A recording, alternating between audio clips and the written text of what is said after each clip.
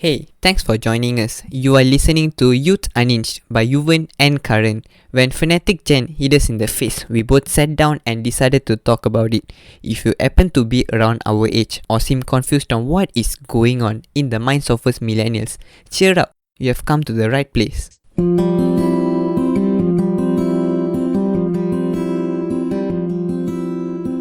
Hey, Yuvaan, how are you? Yep, I'm doing fine. Last week I received my new K-pop album and I've been listening to it all the time. How's your week have been? All right, actually. But I'm curious, what your week must have been interesting with an album, with an album to listen to. So, what was this album about? Oh, it is Lisa's new album. For La Lisa album, she did a solo, so I already got the album through pre-order. And to be honest, I think I'm a party pooper because I have this tendency to not open the album. I'll buy all the albums, but I won't open it. There's this feature that Lisa included in the album, which is there'll be a golden ticket for the first 50 pre-order purchases, if I'm not mistaken. Whoa. So let's say that if I'm opening the album maybe after a month or after a year, and if there's a golden ticket inside it, I am dead. I'm going to regret for all of my life. Go auction it or something. No, I don't want to sell it. Come on, it's my favorite. I want to collect all the Blackpink's album. Fanboy, huh? Okay. Well. I mean, what's this album like? It's like a CD. Oh, actually, I think there is a lyrics paper and then there's a CD and then there's a lot of stuff. But then I have no idea because I haven't opened it yet. Funny, people still play CDs. No, I mean, I was thinking, what's the point of getting an album nowadays when you've got Spotify and other streaming services? Yeah, true lah. But then I think I'm purchasing it just because I love the band so much. I want to keep like a something good solid. memory of it. Interesting. And Yes, so that's true. your goal is like you said just now to collect all of their albums. Yes, So that's how many true. do you have Hopefully so I can reach it. So far I've only have 2 because there's 4 members, right? far? And only 3 of them have made their solo. I've already bought 2 while I'm in Korea, but then the very first one I have not bought it yet. I see. Waiting for the budget to be perfect so that I can buy the first one. And hopefully the last member does a solo very fast so I can buy that album as well. Interesting. So when you say solo, it's not referring to a single song. It's a few songs, right? For example, Yes, that's Lisa's one. true. It's a few songs. Right. And what's the Yeah, price there like? is. Reasonable? Yeah, I would say since I'm already in Korea, it's quite cheap. Better than buying in Malaysia. All right. That's great. Well, it's interesting because I wanted to start with this. Yuvaan, in your brain, there are, you're probably aware, a few lobes with different names. You've got, your temporal lobe, you've got your parietal lobe, you've got your frontal lobe, you've got your cerebellum, you've got your cerebrum. Mhm. And here's an interesting lobe. You've got something called your occipital lobe. Oh, Do you know why it's called occipital lobe? no, I have no idea, Yeah. seriously. Okay, here's the thing, right? When you hit it, the occipital lobe is located at the back side of your skull. So Mhm.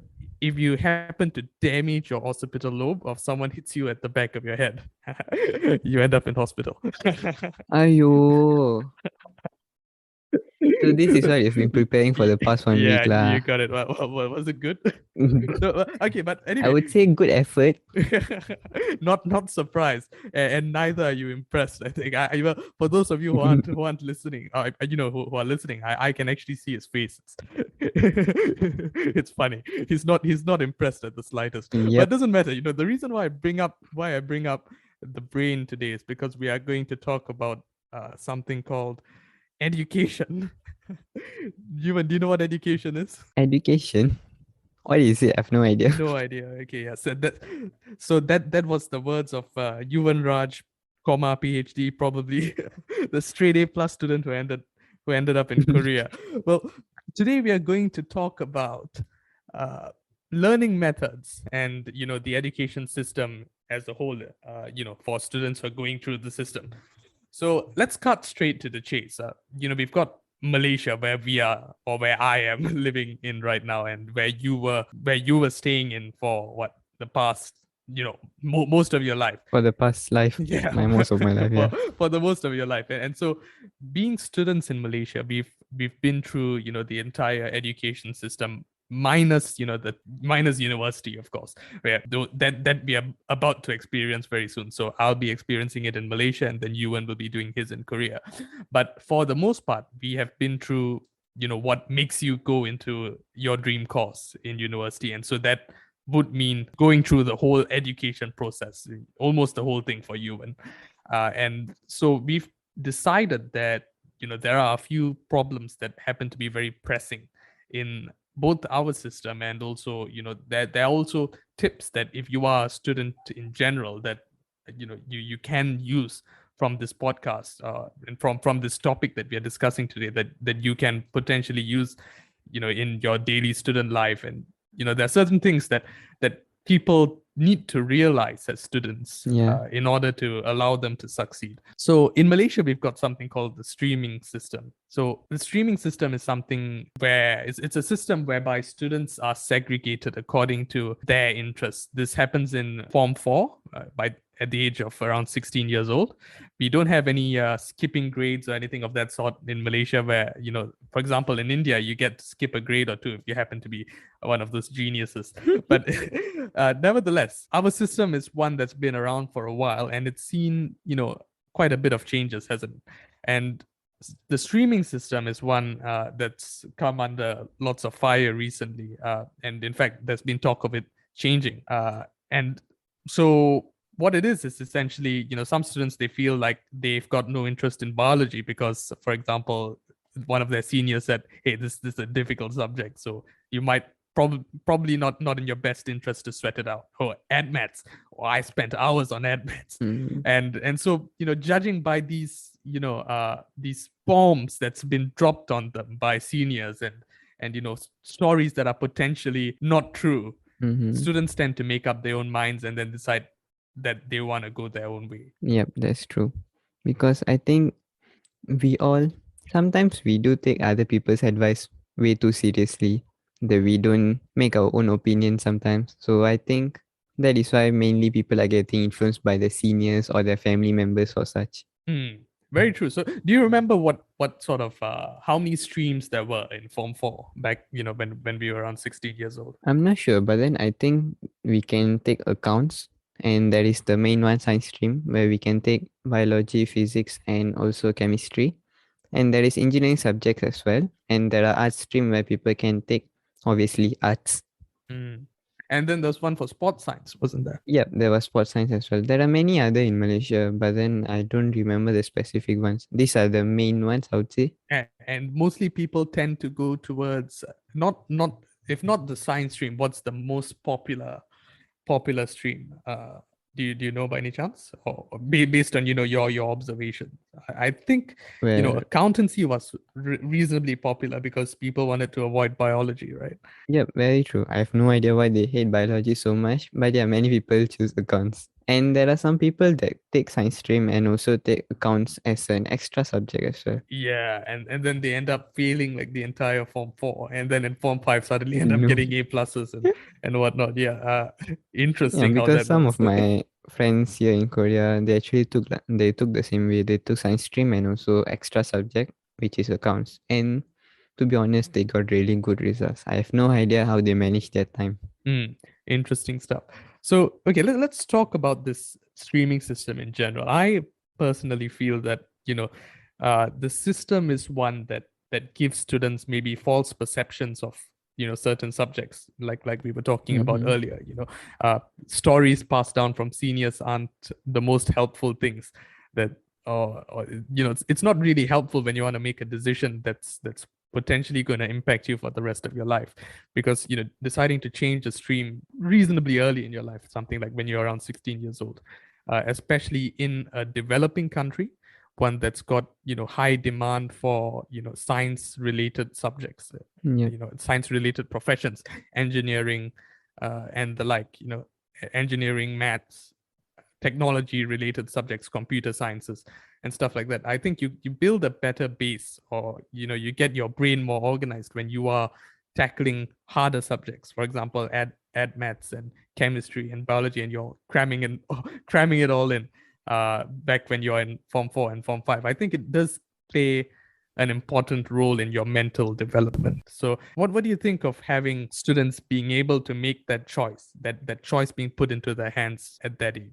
I think it does make sense that it helps a lot of people to know what they're going to do in their future, but you should think about the drawbacks that it brings as well. For example, let's say you are a student at that age, but then you have absolutely no idea what you're going to do in the future. Which is the case for a lot of us, right? Yeah, which is true. And then at that point, we are forced to choose either one of the stream. And what do? We just choose the one that have a lot of options. So you know that if you take this stream, you have multiple career choices. And another thing is that at that age, I think it's a lot of pressure for that particular student to endure and go through the process. And even if you take any of the stream, the amount of subject that you need to cram in your brain are a lot. So I think even though the streams in Malaysia are of different kinds, they are still not specific, which is some kind of advantages for the student, I would say, because they still have room to go through a lot of other options. And what I would say is, even though there are a lot of streamings that Malaysia offers for the students, they should also consider the students that I said just now, who have absolutely no idea what they're going to do, so that they can create a neutral stream where the students can take most of the subjects but in a basic format, and they can get the overall idea of it before they enter their tertiary education, because not all people will be knowing what they're going to do, right? I mean, even in our cases, I'm pretty sure still now, so we don't have a clear picture in our mind of what you're going to become in the future. Well, yeah. What you're saying is true. But in my case, I already know what my degree is going to be. So Mm-hmm. it's not going to be like that for you yet. But I mean, even for you, in fact, you've already decided on what your degree is going to be, haven't you? So for us, I think might be a bit too late. A generalized amount of subjects. To that point, I was going to say, maybe the science stream is the most encompassing. If you talk about science stream that way, right, then you are losing all the good stuff that you can learn from the accountancy or the engineering subjects. I mean, obviously engineering are mainly based on physics, and there's a plenty of stuff that you can learn from it, especially if you're going to take architecture, engineering and Yes, stuff. yes. Yeah, sure. So those, yeah, very, very, how do you put it? Narrowed down field, narrowed down subjects. Like when you talked about, the engineering subject, both of us can't remember the name, Yeah. but I think in Malay it's called Seni Bina or something like that. Lukisan kejuruteraan, if I'm not Lukisan. So mistaken. engineering drawing. So that would be a Yeah, direct that's the direct direct translation. translation. We are But sorry about the translation, but we really have no idea what's the subject. we grew up in a Malaysian education system, so the main language is Malay. And so here's the thing: when you get a subject like that, like you said, it's very helpful in the sense that is it is a priority subject. It is a subject that you are going to pick up further on when you study an engineering course in university. And yes, you are right. Now I'm corrected in the sense that I said science is the all-encompassing Mm-hmm. is the all-encompassing stream. But then now that you've pointed that out, it's occurred to me that if you had a subject like that instead of having one like biology, for example, then you've sort of narrowed down that student's prospects in terms of what he's going to study Yep. later on. And so if that student has already made up his mind, for instance, he says, look, I've decided I want to do engineering, and I'm sure about it, which can very well be the case for students our age, 16, 17 years old, who've decided that they don't like to see blood. They don't like to dissect animals. Pretty Feel easy like you're decisions to attacking me, make. but that's okay. So I mean, what I'm saying is, yes, students don't know what to do, but at the same time, some students are very set on what they don't want to do. And so when you put it that way, then it makes more sense for you to have subjects like that, as general subjects that students could take, which we don't have here. Here, if you want to take something like engineering drawing or Seni Bina Kejuruteraan, then we've got to change into a different stream, either that or you've got to take it as an extra subject, which means you'll have to pay for your own tuition and stuff like that. Yeah, actually, that actually brings me to another point, because I think that having these streams, right, make the students to feel very mainstream. Is that the correct word? Yeah, mainstream, because they have only these limited choices, and most of the choices are pretty common in the work life.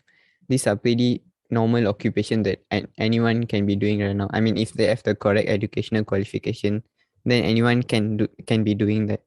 I would say that they are not actually thinking about the students' interest, but then they are just following the mainstream jobs that are out there, Mm. which I think is not good as well. Because first thing, you are not giving enough time for the students to explore. Second, you are decreasing all the potential chances that they can get and the knowledge that they can pursue through. True. But then the question would be how do you make the system better then? Do you suggest that streaming be stopped altogether? No, I don't think that's is that wise? If you really ask that question, I would say no as well. Because as you said just now, there are still students that already know what they absolutely don't want to do and what they really want to do. I think for that group of students, streaming is very much needed. Mm. But then when you think about students that don't have any clear idea in their mind, not having an not having a streaming system will not help them at all. I think we should have a streaming system, but then maybe we can add more kinds to it. So in that sense, you can have better chance for teachers to learn other skills as well. So they won't be focusing on the main subjects only, which they have been studying for the past 20 years, 15 years, I would say. So I think it will help the teachers and also the students so they can focus on that particular thing. And let's say if you are picking the wrong stream and for 2 years you have absolutely no idea of the thing that you're doing. And then when you're going to tertiary education, you're going to pick something different. What would you do? I'd be lost. Like let's say currently, what's your degree you're going to take? You said just now? So I'm doing a medical degree. Okay, then let's say you didn't take biology for 2 years during your Form 4 and Form 5, and you are taking the medical degree. How would you feel? Uh, yeah, probably a bit lost, but here's another problem. Now that you've brought that up, things that they teach in Form 4 and Form 5, you go through it so fast. And a lot of the times, this is definitely a topic for another day. The teachers don't know what they're talking about. They've got no genuine Mm-hmm. interest in what they are teaching. And if you ask questions out of genuine curiosity at times, there are times where they go, oh yeah, actually you're right. Oh wait, I was right all along. And then they keep switching, and then you realize that they actually don't know what they're talking about many times. Yeah, their knowledge is limited through our education system. Yeah, It's very much limited that it can't cope with our basic knowledge and curiosity. it doesn't give the space for your curiosity and creativity to expand, in the sense that if you want to have a more thorough understanding of a certain subject, you're Yep, you're not very true. you're not really going to grow it in 16, in the age of 16 or 17, just because the education system, not maybe not the education system, but the teachers are not really well equipped for it. They are not the kind of teachers that sort of encourage curiosity. It's more like, that's the way it is. You memorize it, you get your good marks, and then tomorrow you can forget about it. And so, to your question, Mm-hmm. if I didn't study biology and I happen to find myself in medicine today, yeah, sure, there are a few basic things that I'd still pick up on, that I can still remember. But then many times, what is being covered back when you're in Form 4 and Form 5, back when you're 16, 17, 18 years old, trying to finish up your major exams and stuff like that, whatever they've covered there is very, very basic. And it's not, it doesn't give you the full picture. Physics, for example, many times they just give you a formula, and then you're just meant to plug in whatever information they give you, and then find X or find Y, find the unknown part of that formula, and then you come up with your answer. There's not much theory to it. And then, for example, in biology, you learn certain parts. For example, in Form 1 and in Form 2, we learn, the structure of a cell. And then in Form 3 and Form 4, you realize, oh, hold on, the cell isn't just that. You've got microorganelles and stuff like that. You've got DNA, you've got RNA, you've got, mitochondria, you've got extra parts Mm-hmm. that weren't part of the cell back in Form 1 and Form 2 and Form 3. And it sort of seems that, especially because they're not clear about it, they don't say, look, these are additions to what you learned earlier. It sort of feels like what you learned back in Form 1, Form 2, Form 3, well, they weren't true after all. Or it seems like whatever you're learning now sort of cancels that off now. And so why do that when you could have put all of that in Form 1 and Form 2 in the first place? Why do you have to put it in such a way that can potentially confuse the student? But doesn't that mean, like, what I can understand from what you're saying is that you want the streaming to be way earlier, not No, in no, just no, Form not 4? I'm not talking about streaming at all. Just the Mm-hmm. way you present your content in specific subjects is just wrong. And so, like, to address your question, when you said how would I feel if I were in the medical field now without having prior experience to biology, Yeah. here's the whole point of what I'm trying to say. I probably wouldn't feel much because I didn't learn anything much in the first place. What I learned in the first place was so, lacking in terms of information that I can pick up everything in one go now. You know what I mean? So Mm-hmm. it's like almost pointless learning whatever you learned back in Form 1, Form 2, Form 3 because it wasn't really detailed. And if you ask questions, well, the teacher doesn't know where to guide you from there. I think in this case we have very different points, because I think that having that kind of structure from Form 2 to Form 5 is a step to step process, so that you get the rough idea at this age, and then once you are getting older you get the full picture of it. Yeah, well, it is a step-to-step process. Even though in secondary education we are not really getting the full image of it, but then I think it's a good step towards the tertiary education. But then, would all the students love to learn about it? No. Sure. Well, I agree with you. It's a step-to-step process, but then, hey, tell us it's a step-to-step process. Was that being told? No, it's not being told. It's just like, hey, here's a new cell, and you're meant to figure it out. You only realize that it's a step-to-step process when you're looking at it retrospectively, when you're looking at it after you've gone through the whole thing. Then you realize, oh, actually, that was just building upon what was taught earlier. But then when you're in the middle of it, and when you're in the middle of cramming so many other subjects into your head just for the sake of passing, that doesn't really dawn on you, and it sort of makes you feel extra stressed, or in my case at least. When you could have just straight up said, look, here's the way the system is put in place, and that we are building upon what you've already learned back in Form 2 and Form 3. Whatever you learned there still stands, but look, here's an addition to what you've learned. No one says that. The teachers don't say that. You're meant to figure that out by yourself. And the thing is, you'd assume that people can pick it up easily, but here's the thing: a lot of us can't. I couldn't. I know I couldn't, and I feel like if teachers were a bit more clearer in that aspect, it would have made a whole world of difference. You know, Mm-hmm. so that is essentially what I'm trying to say. So while the stage to stage process isn't a bad thing by any means, it's not being explained clearly enough. The teachers aren't giving out clear instructions as to how the system is structured, and also, uh, in addition to that, there's no space given for the students to expand their curiosity. That you can't go asking your teacher, well, what happens if this, if you start questioning basic facts to your teacher, they also end up leading you somewhere else, because the reality is they don't know as well, or they've forgotten what they used to learn, and now they're just teaching Mm-hmm. within whatever parameter the system has sort of cut out for them. And in many cases, for teachers, it just becomes a mundane task, and they just read out whatever's there in the PowerPoint, half-heartedly, and then you start falling asleep in class because there is no genuine interest anymore, and that sort of kills the system. I think what you said is true, because even though it is a step to step process, they are not explaining the relatability between those steps. Exactly. They are just like, okay, at step one, this is what you're going to do. Second step, it's a totally different case. But then if you do your own research, you realize that there's a connection to it, Yes. which I think is something that we need to self learn, because we should understand that the teachers can't remember everything as well. I do True, understand true. that it's But their but then it responsibility. doesn't take it's a responsibility. Exactly. It's a responsibility for you to point it out to students. Because you notice the students who actually do well are the ones who come to that realization sooner. So the earlier you Mm-hmm. realize that, actually, look, this is just a build up on that. Or look, maybe this concept is just building up upon what you studied earlier.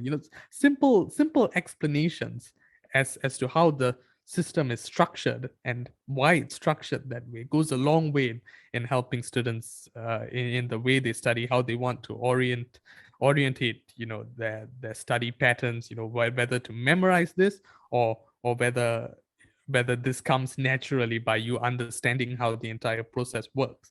Because for example, when you study about parts of your brain, you can study the various names of the brain, and you can just cram that in, and then when they ask you, give you a diagram with blanks at the side, you're going to have to come up with random names, random parts of the brain. It's all Greek and Latin to someone. But then once you realize what the function is for, or why it's called that way, for example, when you find a relationship between the name and the function Mm-hmm. of a particular part, you sort of make a connection, so you don't really have to memorize it anymore because you've got an element of understanding to it. And so that is not being emphasized enough in the system, and the teachers don't emphasize it enough. But then the thing is, if you do enough research yourself, you tend to find it. But hey, with all the subjects that you have, if you have someone to point it out to you, it makes it much easier. And also, I think I can add on another point that the one that we are studying, the content that we are studying is not relevant enough to a point that we can understand it or grasp it very easily. I think they should focus on making it more relatable to our life Yes, very so true. that we know and we can see it in our daily life. I mean, of course, you're not going to look at the structure of cell in your daily life, right? But you can see the human body, like you know how it works. You are sweating, you are going through the digestion part, you are eating, and there are a lot of biological reaction. I mean, mainly talking about biology here, right? So I think that reaching that point of content relevancy makes us feel much more connected to the particular subject. So I think in that way, if they're going to do the streaming, I think they should focus more on that. So yeah, I think that's my opinion. Right. Yeah. So you can orient your system to be a bit more student friendly. I think that's the main Yep. point that we're trying to push back. And then here's another problem. So many students take tuition to such an extent that certain some high performing schools, there is the other extreme where teachers start spoon feeding students, and that's also not a good thing. But then there is also the other extreme, places where the teachers of certain schools try to push forward their syllabus as quickly as possible in order to finish as much content as possible within the shortest time. Mm-hmm. And and and doing this, they are assuming that the students all go for tuition because the tuition teachers are the ones who actually take the effort to explain a process thoroughly, to explain how this process works, to explain what happens in that process, to explain all the mechanisms that occur in the background, which in many cases is not explained in a proper way by the teacher, because the teacher just assumes, your teacher in class, that teacher will in many cases assumes that whatever she's explaining will be taught on in further detail in In the the student's tuition. tuition. Mm-hmm. But then it's dangerous to assume that, because not every student can afford tuition, and not only that, not every student wants to go to tuition. And not every student can get a good tuition teacher as well. Yes, that there is also that to consider. And so when you take into account all of this, I just find that in the teaching point of view, there can be lots and lots more improvements made on the teacher's part, because it seems to me that what they're doing is very it's very work oriented, in the sense that, okay, I've got my work cut out for me. As long as I finish so much and so much within so long, then I've done my job, so to speak. But then that's not really the case. If your students don't understand it, which a lot of times the teacher doesn't even check on, then it's not really, you're not really doing your job. Yeah, partly we can blame the teachers as well, but as you said, it's a topic for another day. Hmm. I think that at this point, all the students should be realizing that we need to focus on self-study a lot, whether it is through tuition or you're going to do it at your school. I don't care, but you need to do your self-study. So I want to ask to Karan, what is your study method? Like, how do you do your self-study? Is there like any specific method or that you follow, Sure. or it's just up to your own interest? Okay, first of all, I think what you said about self-studying is very, very important, because you notice that as early as standard 7, that's the Indian system. I don't know, in Singapore, did they use standard 7? Or is it Form 1? I have no idea. No idea as well. So I guess it might be Form 1, and then for us in the Malaysian system, it's Form 1. So when you're 13 years old, you see generally a few teachers start slacking off in whatever subject they teach. They start giving very brief explanations of stuff. And so stuff like mathematics, for example, they just give you examples and they don't tell you, look, this formula is supposed to work this way. Whenever you come across a question that's given you this and this and this, you have to use this formula because of whatever reason. They don't do that. And they start giving you very brief explanations and start taking less time to explain certain things so that they can go faster in terms of covering the syllabus. And so the sooner you realize that at the end of the day, as you get older, the amount of content that the teacher is going to give you is going to be lesser and lesser in terms of what she's going to give you auditorily, in terms of what you're going to hear from her. You're going to hear much less from your teacher, be it him or her. And you've got to go in and spend the time and do your own research on whatever subject it is that you're covering, and find your own explanations to certain concepts until you've reached your level of satisfaction. And you should also Yeah, realize because that you are working on your own future, so right? I think yeah, it's exactly. true because we should make our own effort. We can't just rely totally on the teachers. Exactly. And here's the thing: when you shouldn't spend too much time doing that as well, because time is also very important when you're somewhere around that age That group, age, yeah. because you've got other subjects to deal with. And so if you spend too much time on one subject, you're just draining yourself mentally and physically as well. And so uh, I think the sooner you realize that the teacher's role is just to guide you in whatever it is that you're studying, then the better you'll fare in secondary school. And here's the thing: a lot of teachers, and in fact every teacher, doesn't tell you that. No one tells you that. This is something that you either learn from your seniors or you've got to figure it out yourself. Uh, Yeah, through our own this experiences. yes, this fact that no one's going to help you, and you've got to learn things by yourself. The teacher starts explaining lesser and lesser about things as you go higher and higher in your secondary school. And so based on that, my study methods were, obviously finishing your homework. That's finishing my homework Mm-hmm. was obviously the first thing to go to. Once the homework was done with, uh I'd go up and look at whatever content it is that I did study, and I'll find a reasonable explanation to whatever my teacher explained to me in class. Or what. And it's not to say that the teacher explained things, because I back when I was in Form 4, Form 5, I remember that a lot of it was just copying down notes. And then as soon as the notes are copied, you've just got to answer the questions, and then that's considered you completely understanding how the system works. But then Mm-hmm. there is an element to understanding that that sort of left out, and that takes time.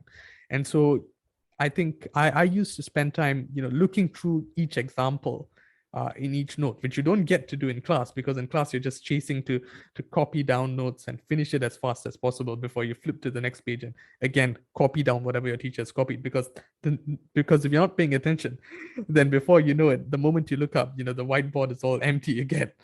And Yeah, you've I got to think at copy that your age friends. we really train our copying skills a lot. Yeah, very true. And so it's not a very effective way of teaching, number one, and I've got a big problem with that.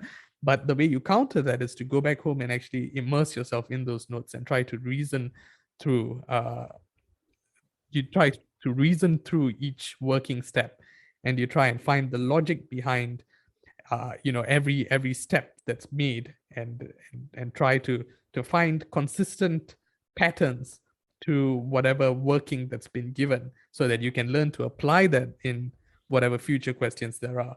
And so when you keep practicing this pattern on and on, over and over again, you sort of form a habit. And that is essentially what I did. Then that allows you to answer questions, answer more and more questions, answer questions at the end of a chapter, train yourself in terms of your timing, and then that's about it. And then of course there is tuition, because so many of the teachers say, look, what I'm teaching, It's not really going to help you here. You've got to go for tuition. And here's the thing: tuition teachers do such a much better job in explaining certain concepts as opposed to the teacher in your classroom. And here's the reason why: they are actually earning their money from the students. And if they do a bad job explaining it, they are probably going to lose students. And there is a big difference between the way teachers in tuition explain a certain concept to you when compared to the way teachers in school explain certain concepts to you. So what does that tell you? I mean, for me, it tells me that if the teacher really puts an effort into understanding whatever he or her is teaching, they can actually do it in such a way that students can understand what's being taught. If they actually put in effort in what content they're delivering to the students, if they actually consciously take the effort, it is actually possible for them to give a very good and reasonable explanation to certain topics, and as a result of that, make it much easier for students to grasp lots and lots of concepts in a very short amount of time, which is not what's happening in secondary school. And I think also that you should also consider that the tuition teachers will be having 2 to 3 hours per week, and the teachers get to teach the students, I would say, more than 3 hours for the primary subjects.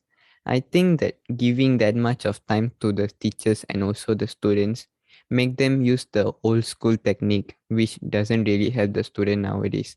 But then, as you say just now, when you think about the tuition teachers, due to their time constraint, they need to come up with a method that makes the students understand better, which will obviously help with the income as well, because they will recommend to other students as well. Oh, I went to this tuition, I can learn better, I can understand better.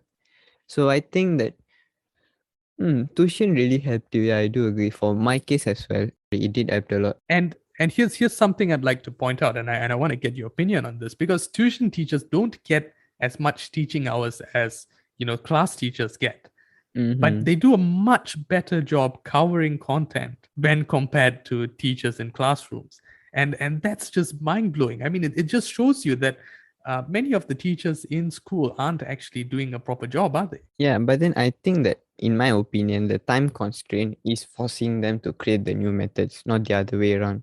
But is it new methods? They're just teaching content, but they are doing a much better job dissecting the content. Yeah, true. Like they can find a proper way to make the students understand the certain concept. And there's another thing that I want to ask to you about as well. Just now, when you mentioned about the study method, you also talk about timing. Like, how do you manage your time? So my question is, how can you manage your time very efficiently, even though we had 9 to 10 subjects to study for our exam? Well, so this question is gonna ricochet back to you. I'll be asking you the same sooner or later. But look, here's how I dealt with it. You can only spend a certain amount of time for a given subject. For in our case, for example, we had chemistry, biology, physics, then we had maths and admaths, and so the way our logic went, at least, and this is how I think everyone else thought about it, was once you can do admaths, then you can obviously do maths. And so Yeah. you get your admaths settled and dealt with, and then maths becomes more like a task that you sort of just get it done and over with as soon as your admaths is done. So that sort of takes care of itself, admaths and maths. And here's the thing: the most of my time back in Form 4 and Form 5 was spent on admaths, because actually I was more like scared to do admaths and maths, just because of the reputation it had from students, and from students being passed down, and even from teachers. Teachers come and say, look, it's a very difficult subject. And then your seniors will say it's a very difficult subject. And for me, I got very affected by that, in the sense that I Yeah, thought, being look, paranoid about it, right? yeah, being paranoid about it to a level that's in fact unhealthy. It sort of gives you an insecure feeling. And so as a result of that, I spent a bit too much of time in my maths, when I could have spent more time looking at other subjects. And here's the truth: other subjects did suffer as a consequence of this. Mm-hmm. And so, but then it still stands that once you can do admaths, you can do maths. So that's something that goes that goes regardless of how much time you spend on other subjects. If you spend a good amount of time on your admaths, and if you're doing well in admaths, then as a rule of thumb, your maths is probably safe as well. And then there is your physics, chemistry, and biology. Yeah. So I know biology, you sort of listen to whatever the teacher has to say, and then the time that you actually study biology is maybe a week before the exam. You don't really look at biology because biology is just a bunch of facts. You just have to cram it in, because if you cram it in a month early, or you start looking at several at some concepts, and you try to memorize them a bit too early, then you're gonna forget it before the exam time comes. And so what's important for subjects like biology is that you just pay attention in class, and as long as you understand how systems work, how specific processes work, what the function of as long as you understand basic principles, then you just leave it there, and then you're probably good to cram it in before an exam. And then you've got chemistry. So I think chemistry and physics was where most of my time went into, apart from maths. And then that also wasn't in comparison to admats, it wasn't really much. I think back when we were in form 4 and form 5, most of our time was actually spent on admats, wasn't it? Yeah, all of us love our admats for no reasons. Every time Yeah. the students will be having the admats. Sorry, before that, I think we should explain about admats a bit. Admats is actually short form for additional mathematics. It's a subject in measure that many people don't really love it, to be honest. But then, surprisingly, my class loved to do the homework so much it's during not all it's the not a other subjects it's not time. a difficult subject, but here's the thing: it's sort of the reputation that it built caused students to be so paranoid of it. uh, up like I said, up to a level that was almost unhealthy. Like, you sort of feel insecure about it. Yeah, you heard the word admats, or you were like, oh, maybe I Oh, can perform. Yeah, yeah, but exactly. then the surprising thing about it, think I should talk about the Korean education system slightly, because currently you can say that I'm having a language-based foundation because most of my time is spent on the Korean language, but then I'm learning other subjects as well. Surprisingly, all the stuff that we have learned from AdMaths, I mean, during our secondary education is being taught in Form 3, Form 2 for at the same age. You can imagine that during Form 2 and Form 3 in Malaysia, the syllabus that they're studying in Korea are similar to Form 4 and Form 5 subjects, especially for maths. So the disadvantage that I have when I come to Korea is that I need to be advanced and I need to learn more things before I even enter degree. But then when you are in Malaysia, it has been, how to say, you are studying it very late, in my opinion. So I think that is why we find it very insecure, because at that point you need to think about other stuff and you need to be more advanced, but then we are not. We are still following the old syllabus. But it's very demotivating as well. So like you said, it might be a bad thing in Malaysia. I'm not sure I fully agree with you there. But here's the thing: when I was in college, uh, I could do maths no problem. Maths became nothing because it didn't have a reputation like AdMaths did.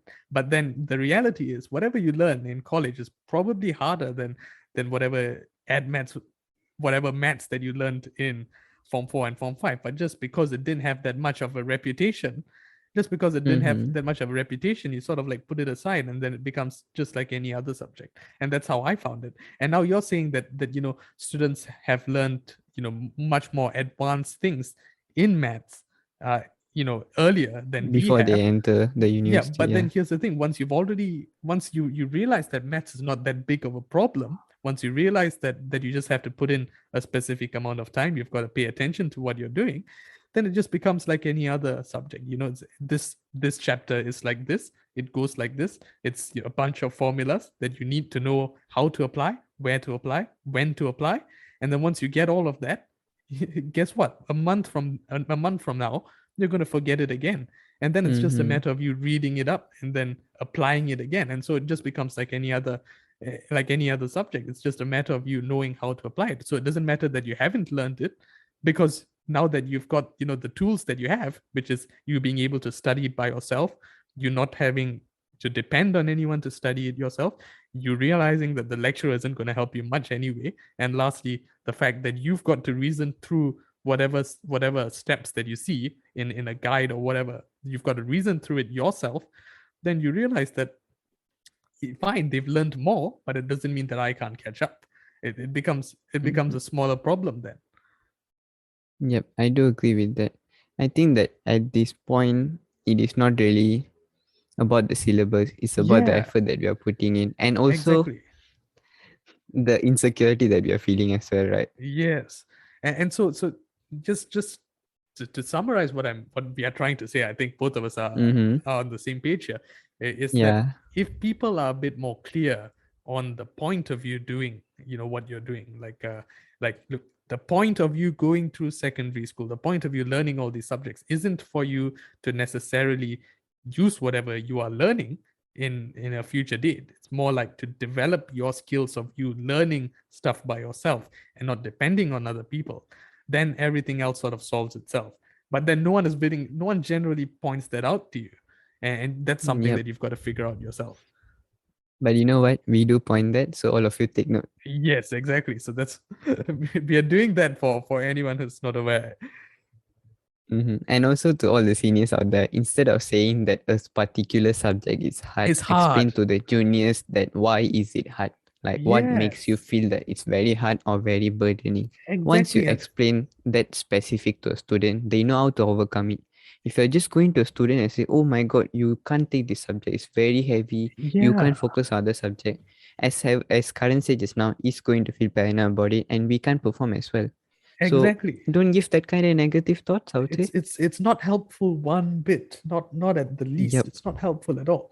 And so I like how things. we end up talking about the seniors. Actually, because it is very Shots true, now to fired. think about it.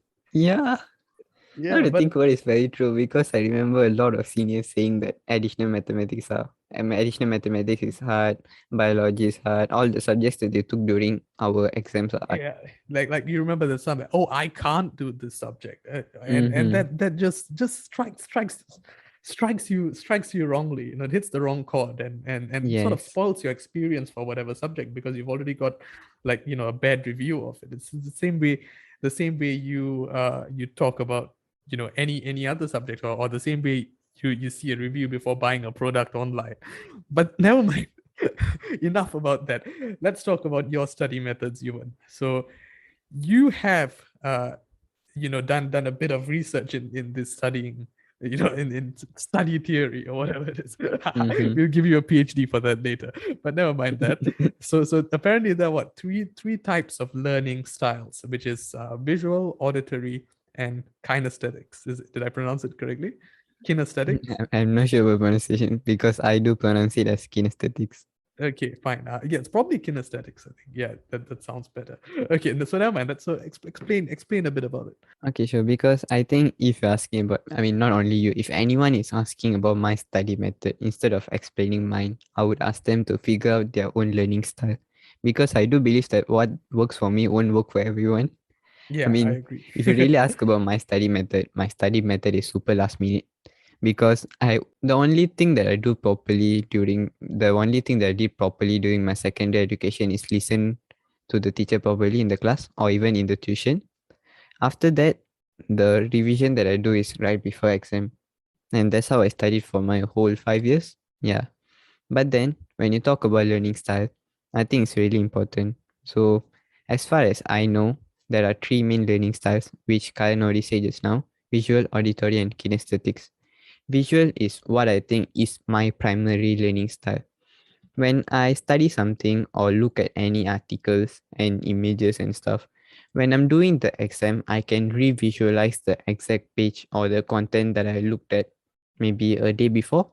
So that helped me to understand and memorize even faster. But then there are some people who are auditory.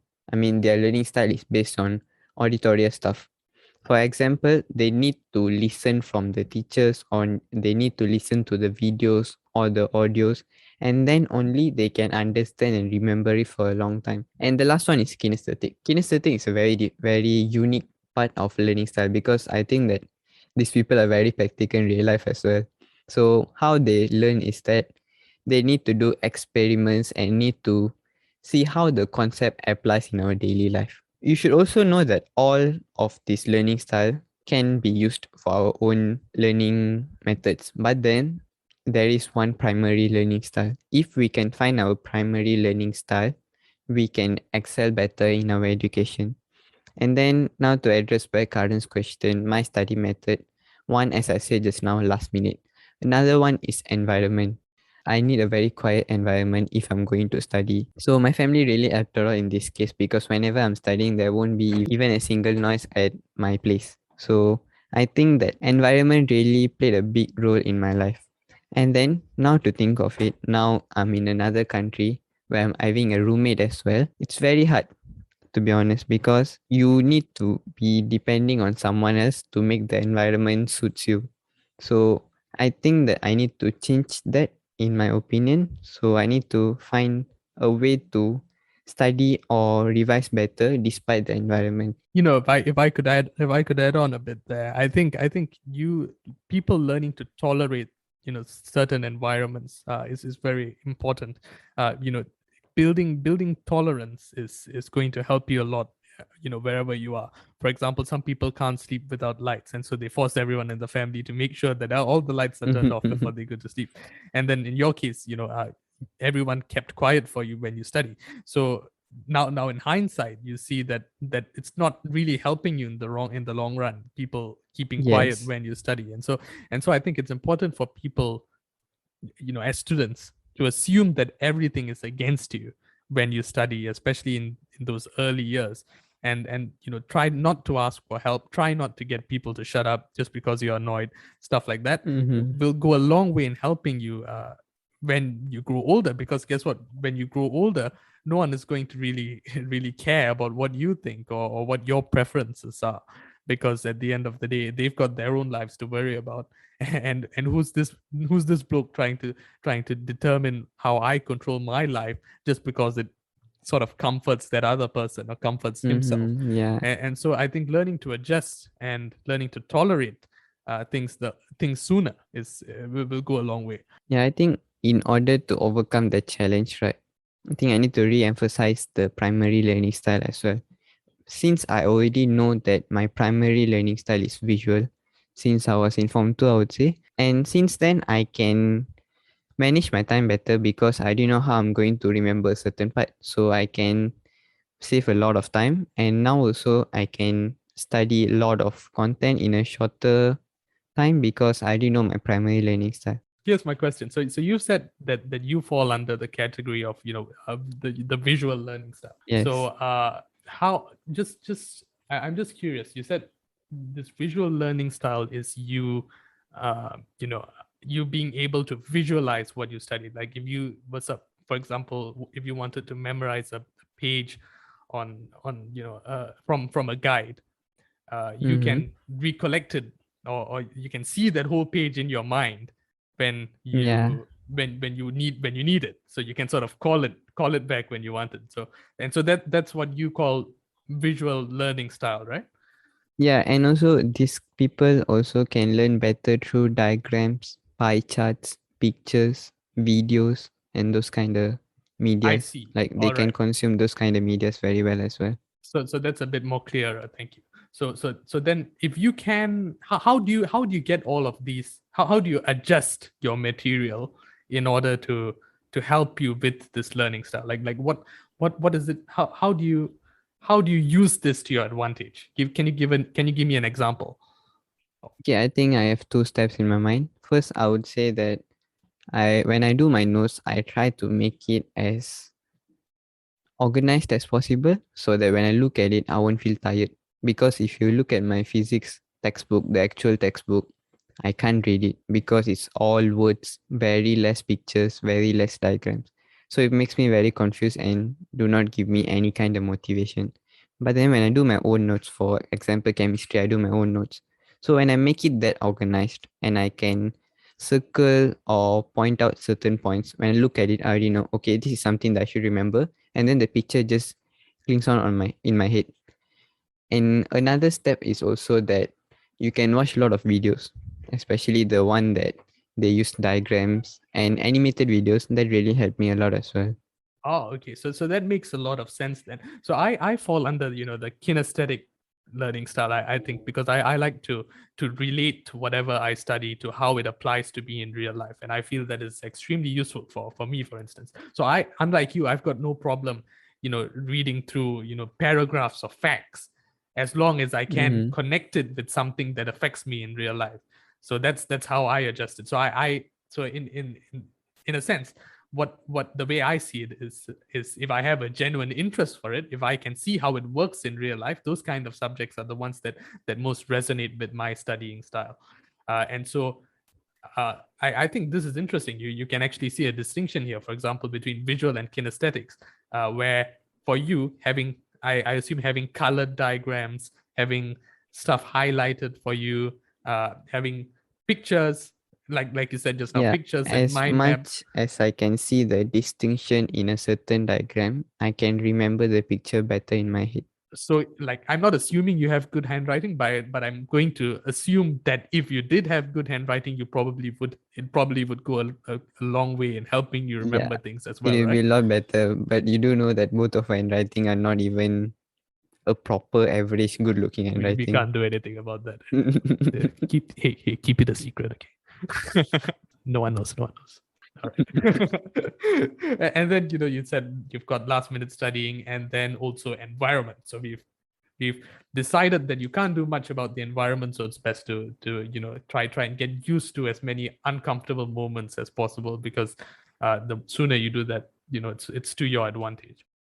Yeah, you should adapt to it as fast as possible. Yeah, do you have anything to add on to that? I think that's all I would say, because even though environment really helped me a lot back then, now that I don't have a choice, I need to adapt to it now.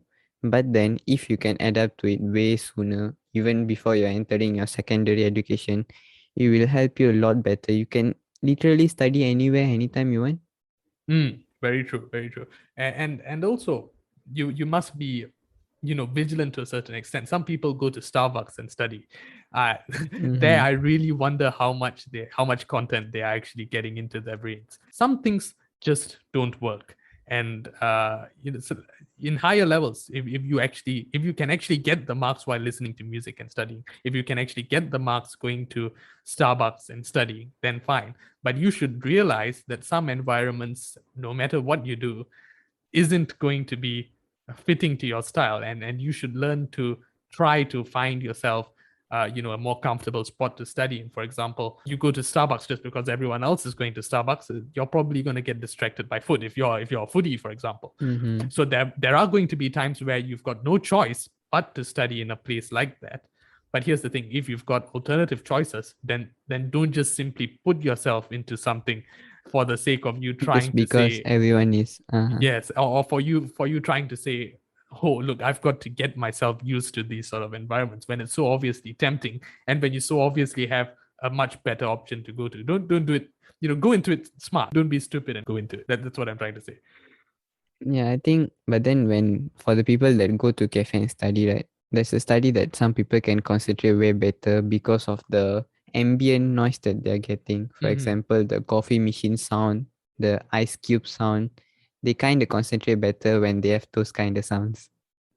Yeah, I completely agree. That and I can also see that working in me. I sometimes having too much silence isn't necessarily a good thing, and people need a change, or on and off. You sitting down at the same place, at the same desk, at the same time every day isn't really something that's going to be very productive. It's something that's too routine, especially if you're the kind of person who likes changes. And some people are just like that, right? So yeah, I Yep, agree very with you true. there, and that's an interesting study right there. Let's talk about tuition. How important is tuition? You went for how many subjects? Okay, for the last 2 years, I've been to three tuition. Hey, wait. Yeah, three tuition. Where in Korea? I know, back in Malaysia. Right. Okay. So the three subjects. For you went for tuition for three subjects.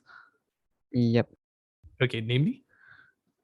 There was Tamil and there was admits and also chemistry. Okay, what about biology? Biology, I took tuition and also for physics, but then it was for a very short time. Let's put that off there. So you said you went for AdMaths, Tamil, and the last one again? Chemistry and Tamil. Chemistry. Chemistry. Okay, so now in retrospect, let's say let's assume that you didn't take those other two subjects because you said you hardly spent time there. In Mm-hmm. retrospect, would you have cut down on any other subjects, or on any other of those three subjects that you've taken? Nope, not at all. Not But at I all. think it's because that all the tuition teachers that I got was like perfect. they are in the same frequency as me, and they really made my results better, I would say. Okay, and then there are some people who take tuition for every subject out there. Mm-hmm. For example, if you're on science stream, then the minimum amount of tuition subjects that they'll take tuition for would be the two math subjects. Not the two. They'll take just most of them will just take one, add maths, and then chemistry, biology, physics. That will definitely be in there. So, how necessary is that, and how far does that go in improving your marks? What do you think about it? Think that, in my opinion, going to a lot of tuitions make you have lack time to self-study. At that point, you are basically relying on other people to study. Yeah, that's true. But a lot of people though in college, I've noticed that people who went for tuition, for all those subjects as well. While I thought, okay, you're probably going to suffer in the next level, they still somehow managed to pull it off. So that beats me. So if you, what do you think about that? I think this is what I said just now. The method that works for us won't work for everyone. So I think it differs according to the people. Some people can learn better when they are in a situation where the teacher is actually teaching. But then there are some students that can't focus during the lesson but can go back and study on their own, revise on their own, and still get good results. I think I'm much more mesmerized by those type of people. Because Hmm. to be honest, if I'm not listening in the class, I don't think I can perform during the exams. Right. Interesting. Well, so then we should assume then that those students are those who actually have self-studying properly under their thumbs under their thumbs, right? They've got that Yeah, art mastered already. And so yeah, hats off to them. Respect. yeah, they already figured out this is what they're going to do. Credit where it's due. Well, it seems like we have had a very, very interesting discussion today on the education system and different methods to studying. So we have talked about different methods of studying, the importance of you being able to recognize how far self-studying goes, the lesser role that teachers nowadays tend to play, how you as a student should take the initiative to step up your study game and stop relying on other people to spoon feed you. You taking the initiative to open books yourself and reason through things using properly allocated time for each subject. I think all of those things go a long way in studying and getting good grades. And not only that, here's another problem. Now, I know we're supposed to conclude this, but this, in a sense, is a conclusion. Being able to realize that it's your time as soon as you're done with Standard 6, you've got to realize that more and more teachers are going to start taking the easy path, and you have to work hard on your own. You've got to do all the hard work. So here's the thing. I think it would be much, much more logical if the government plans this properly and allows the student to recognize and sort of brings it to the student's attention that the lecturers or teachers are going to play a lesser and lesser role in your educational development, and you only go to them when you have a serious problem. And what would help is if they make it uniform for all teachers to start letting go of students at the same time, instead of this teacher and this teacher deciding on their own, look, it's time for them to start learning by themselves. It's time for me to start giving them just notes, or just for me to cover up whatever is within my teaching scope. Stuff like that. It should be uniform so that when it hits students, at least they know that it was planned and it's meant to be this way, and you're meant to learn Yeah, a they'll lot be of ready things for it themselves. by They'll be then. ready for it. Exactly. And then there is also having a timeless education system, one that's not Mm-hmm. touched by governments from time to time, one that can be just fixed with small changes, so to so and in a way that keeps your education system, the education system of a nation, up to par with Yeah, like other a patch countries. update What do you for an think about that? application. Instead of changing the application, just add new patches to it. A small analogy. So yeah, I do agree with that totally. Yeah, I think that is what our government need to do, so that the students won't be confused and also their parents. And also, as we mentioned for several times in this podcast, you need to realize that self-learning is very important as soon as you can, because once you've already know that, you can take control of what you're learning and you know how to excel better in your exams.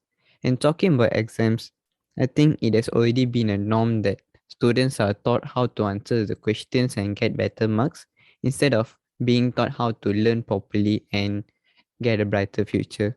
So just don't focus on the exams only, and also focus more on what you're going to do in your future, how you think the education can help you in the future.